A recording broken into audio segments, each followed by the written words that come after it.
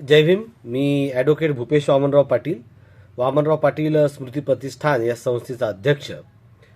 चिमूर या क्रांतीभूमीतील संपूर्ण बौद्ध उपासक आणि उपासिका या गेल्या वर्षभरापासून बुद्धगयेतील महाविहार हे मुक्त झालं पाहिजे, तेथील तो अन्यायकारक कायदा हा रद्द झाला पाहिजे, याच्यासाठी मोर्चे, आंदोलन, निवेदनं या माध्यमातून सक्रिय असल्याचं मला माहिती आहे.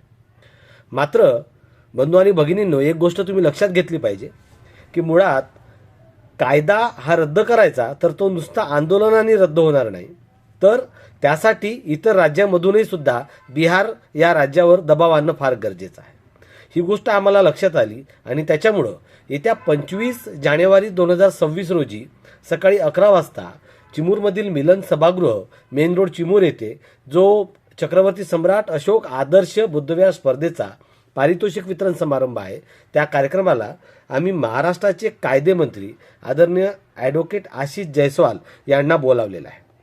आपण सगळेजण तिथे फार मोठ्या संख्येने उपस्थित झालात तर महाराष्ट्राच्या कायदेमंत्र्यांना आपल्याला एक निवेदन देता येईल आणि त्यांना सांगता येईल की तुम्ही महाराष्ट्र राज्य सरकारतर्फे अधिकृतरित्या बिहारच्या सरकारला एक प्रस्ताव द्या, या कायदे मंत्रालयातर्फे त्या कायदे मंत्रालयाला एक प्रस्ताव द्या आणि त्यांना सांगा की हा जो बौद्ध लोकांचा विरोध पत्करून जो कायदा सुरू आहे तो कायदा तुम्हाला रद्द करावा लागेल आणि महाबोधी महाविहार हे बौद्धाकडे सुपूर्त करावं लागेल. असं जर झालं तर आपल्या संपूर्ण चिमूर तालुक्याचं नाव हे इतिहासामध्ये नोंदलं जाईल.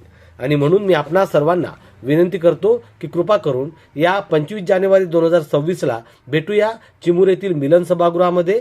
निमित्त आहे वामनराव पाटील स्मृती प्रतिष्ठान चिमूर आयोजित छत्रपती सम्राट अशोक आदर्श बुद्धविहार स्पर्धेच्या पारितोषिक वितरण समारंभाचं. तारीख पुन्हा एकदा लक्षात ठेवा, दिनांक 25 जानेवारी 2026 सकाळी 11 वाजता. स्थळ मिलन सभागृह चिमूर.